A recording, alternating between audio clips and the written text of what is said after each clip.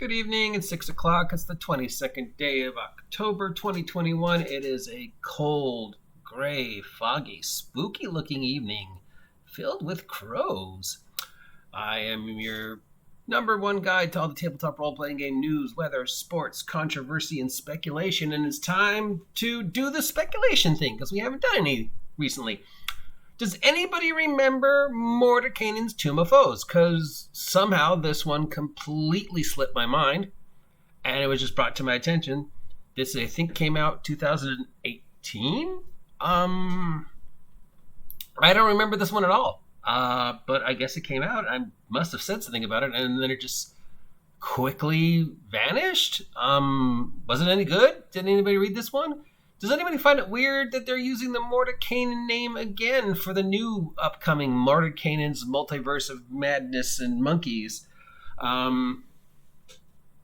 Interesting. So what we want to speculate on tonight is when did it switch from planes to Multiverse? Because our two most recent products, I'm not counting the Magic the Gathering ones because I don't really know yet how the Magic the Gathering planes like Strixhaven and Ravenica connect to the, let's call it, sacred Wizards of the Coast Dungeons & Dragons timeline.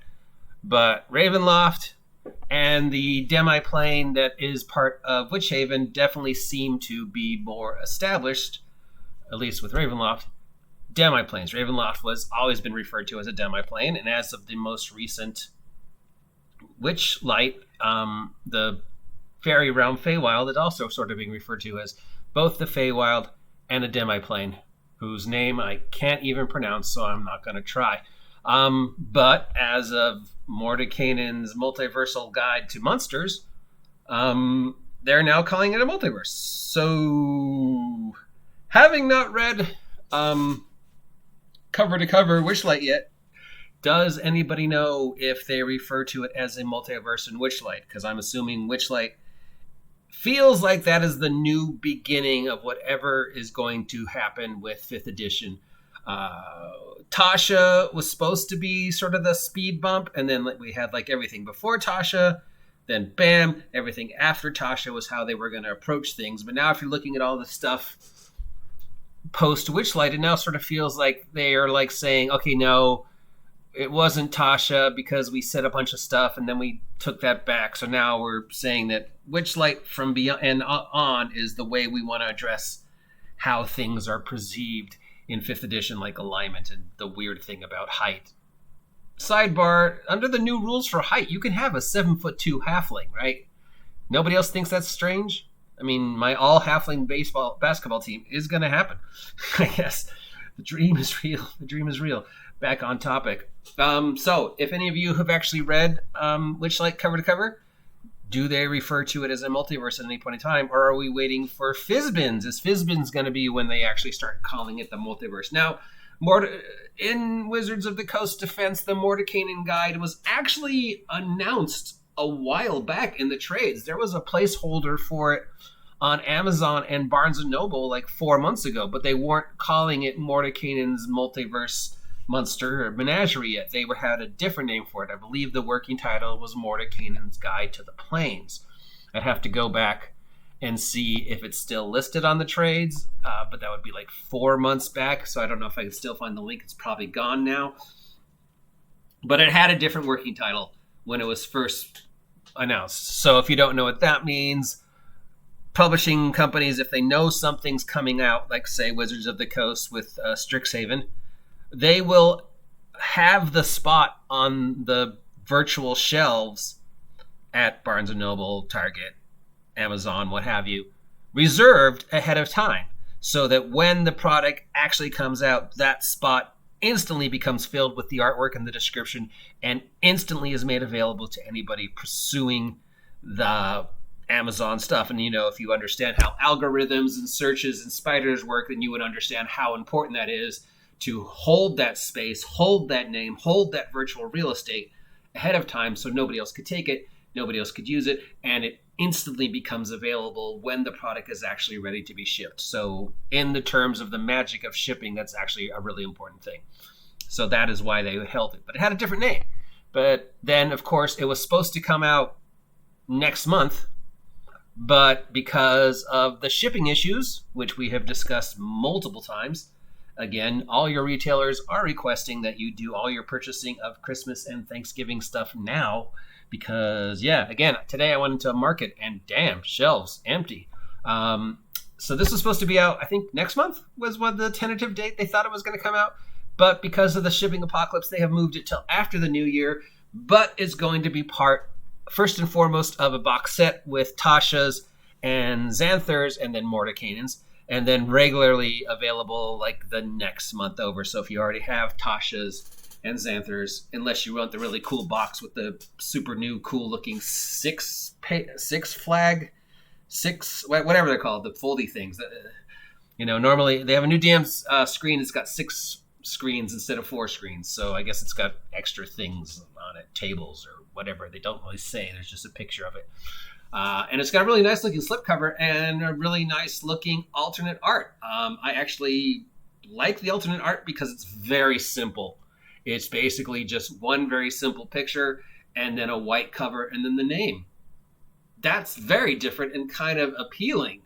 I think a all white book on a shelf with all black books, all saying, Dungeons and Dragons Guide to whatever. And then bam, here's this white book standing out. That would stand out. That would be something somebody would reach for. So I'm wondering again, since we're pondering tonight, more all white covers being a thing in the future. It would definitely be a cool, different way to make your product well known. But okay, so why the switch from Planes to Multiverse? And we have some, and why use Mordenkainen's name again? Because there's other recognizable entities they could have used. Elminster, I think, would be the most obvious. Or how about, some of the bad guys? Because only Xanthar's got a book, and they kind of sort of made him seem sort of like goofy with the whole goldfish thing in Xanthar. So how about Vecna's Guide to the Multiverse? Why go back to Mordenkainen if they already used Mordenkainen? And how come this disappeared so quickly? Did anybody get this, use this? Know anything about it? Because man, it seems to have come and gone really quick. I don't remember anybody ever talking about it, but I mean, Ravenloft comes up still in conversations. So what happened to Mordenkainen Tombs of Foes, and why use Mordenkainen's name again other than, it's instantly recognizable, I guess. Is it, though? Is Mordenkainen's name more recognizable than, say, Elminster, Vecna, or Bigby? In the collective D&D unconsciousness, does that somehow register as a more marketable name in our D&D unconscious than, say, Vecna or Drizzt? I don't know. It's interesting that they would reuse a character, but maybe this book didn't sell very well, so they want to reuse the name in the hopes that the imagery of Mordenkainen exploring the multiverse, because of course there is a long-standing running joke about Mordenkainen and Elminster meeting and talking and Ed Greenwood listening in, and that's how he built the Forgotten Realms, if you ever read the old articles in Dragon Magazine. So, yeah, I guess if you're that obscure and up-to-date to obscure references of D&D lore, then that would sort of make sense why use Mordenkainen and his association with the multiverse. But why switch?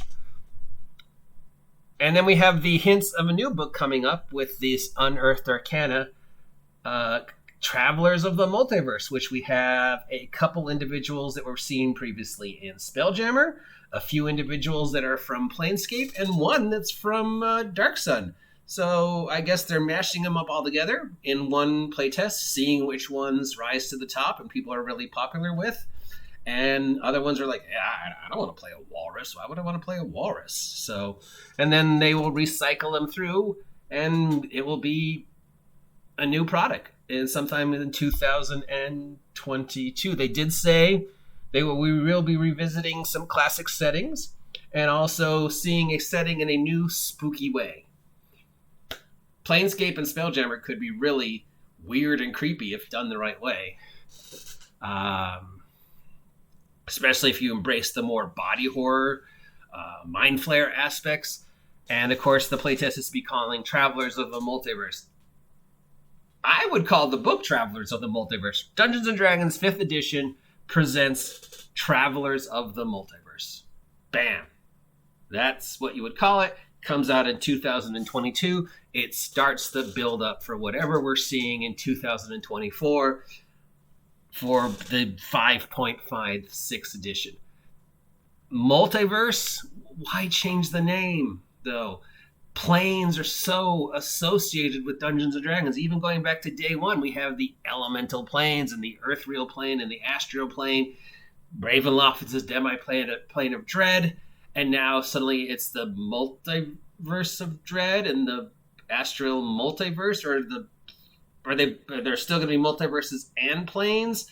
Is that how we're explaining the Magic the Gathering worlds, as just different multiversal realities separate from the sacred D&D timeline? If the sacred D&D timeline is the Forgotten Realms, though, again, is it?